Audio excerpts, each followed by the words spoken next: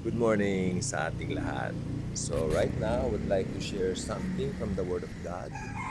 Open your Bible sa Romans chapter 3, verses 21 to 23.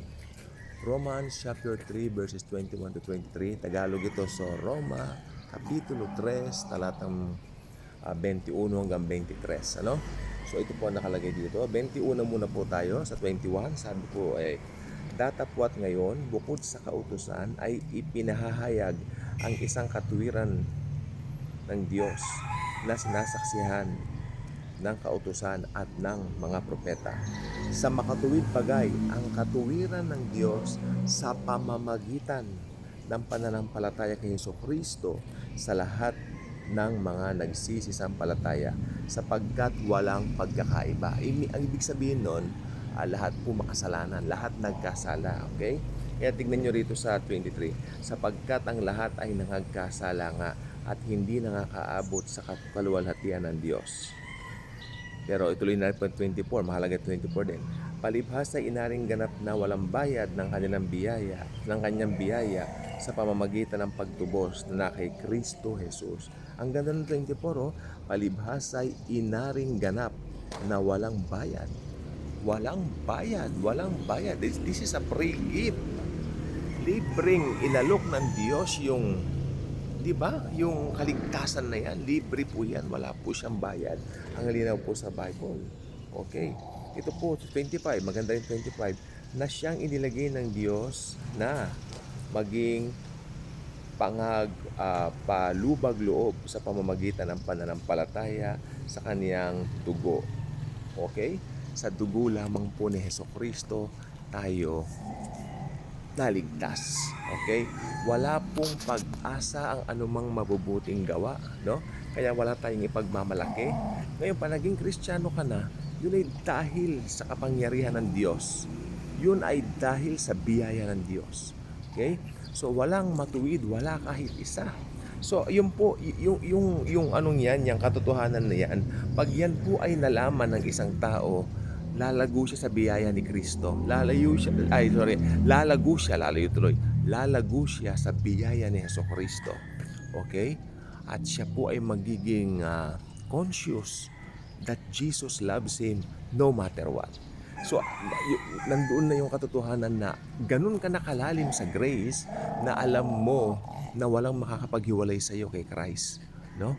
Yun po, at awa naman po ng Panginoon, it's a journey sa buhay ko po. May times ang Kristiyano nag-i-struggle sa katotohanan na yan. Kasi pag ang isang Kristiyano nagkakamali, nagkakasala, mas conscious siya doon sa pagkakamali niya kaysa roon sa kapatawaran na ibinigay na pala sa kanya. Kaya may nakalagay po sa aklat ni Pedro, mahirap po yung nakalimutan mong pinatawad ka na eh. Di ba? Merong mga tao na nakalimutan nila kasi na pinatawad na sila. Kaya ang ending po nun, lalo silang nalulugmok.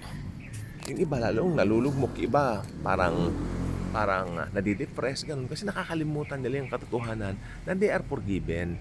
So wag natin kalilimutan, forgiven na po tayo. We are forgiven much. No? Dahil ang nagpatawad sa atin ay ang dugo ng Panginoong Hesus. Yan po ang pampalubag loob. Ganda sa Tagalog, ano?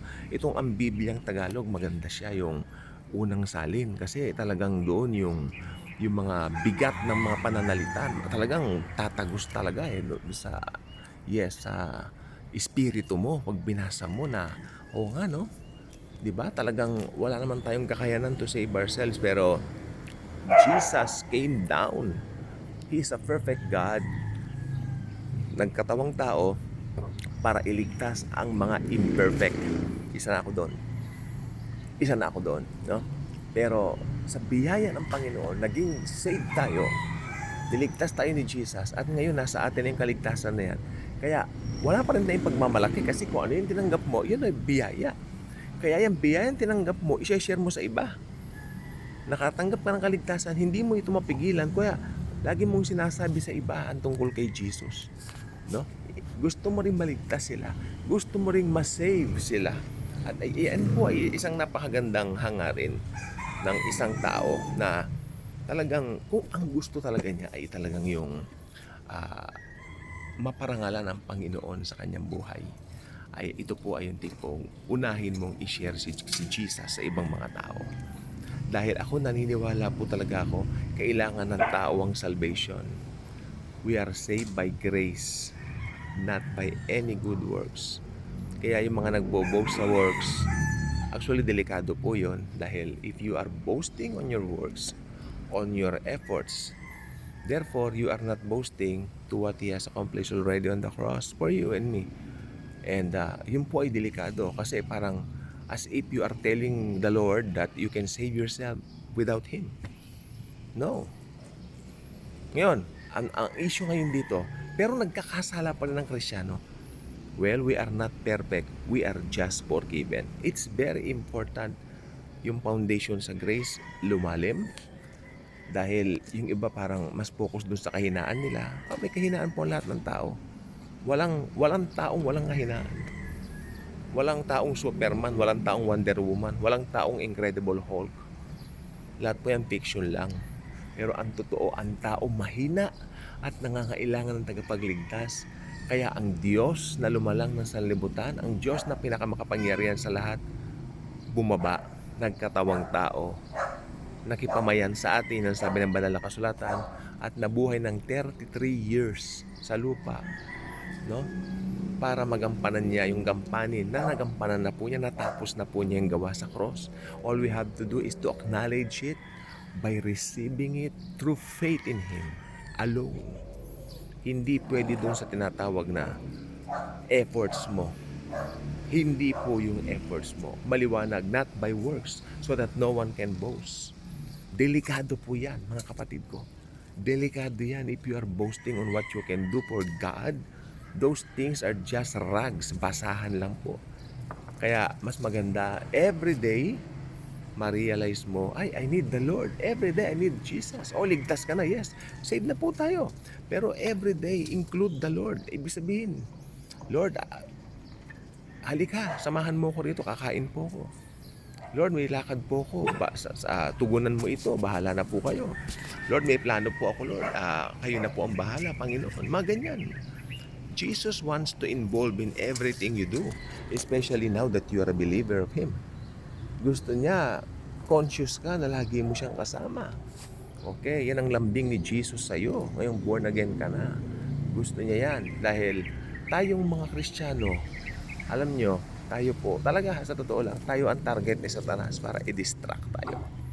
Lalo na pag alam niya nag-devotion ka, ang aga-aga, nag-devotion ka, nagbasa ka ng Bible, pagkatapos may mga bagay na, ito lang, kadi-devotion ko lang pero may mga distraction agad.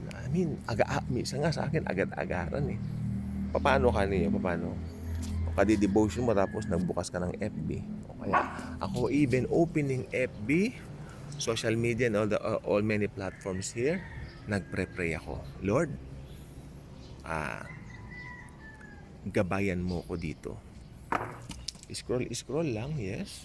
Maybe it's the simplest form of enjoying life in a daily manner, but alam nyo, pray. Lord Jesus, samahan mo ko mag-scroll tayo dito. Naway makita ko lang yung mga kabuti at yung mga masasamang alam mong harangin mo na po, Lord. Lumabas sa feed ko para hindi naman na ako makapag-isip o yung mga alam mo makakapag-distract sa akin. Huwag mo nang ipakita sa akin, Panginoon. Ganyan ang prayer, no? May we call that the social media prayer. Need natin yan. Need natin lagi. Maging conscious kay Jesus. Save na po tayo. Okay? Ngayong save na tayo, maging ka-good vibes na rin kayo.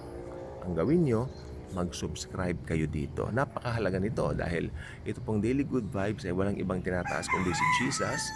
Ang isang tao, maliligtas siya, tatanggapin si Jesucristo, yung finished work niya, and then magiging ka-good vibes. Magsusubscribe dito at i-share ang channel na ito dahil sa channel na ito, ang tanging bida ay si Kristo Jesus. Ang Diyos ng mga Diyos, ang Panginoon ng mga Panginoon, ang Hari ng mga Hari na siyang darating.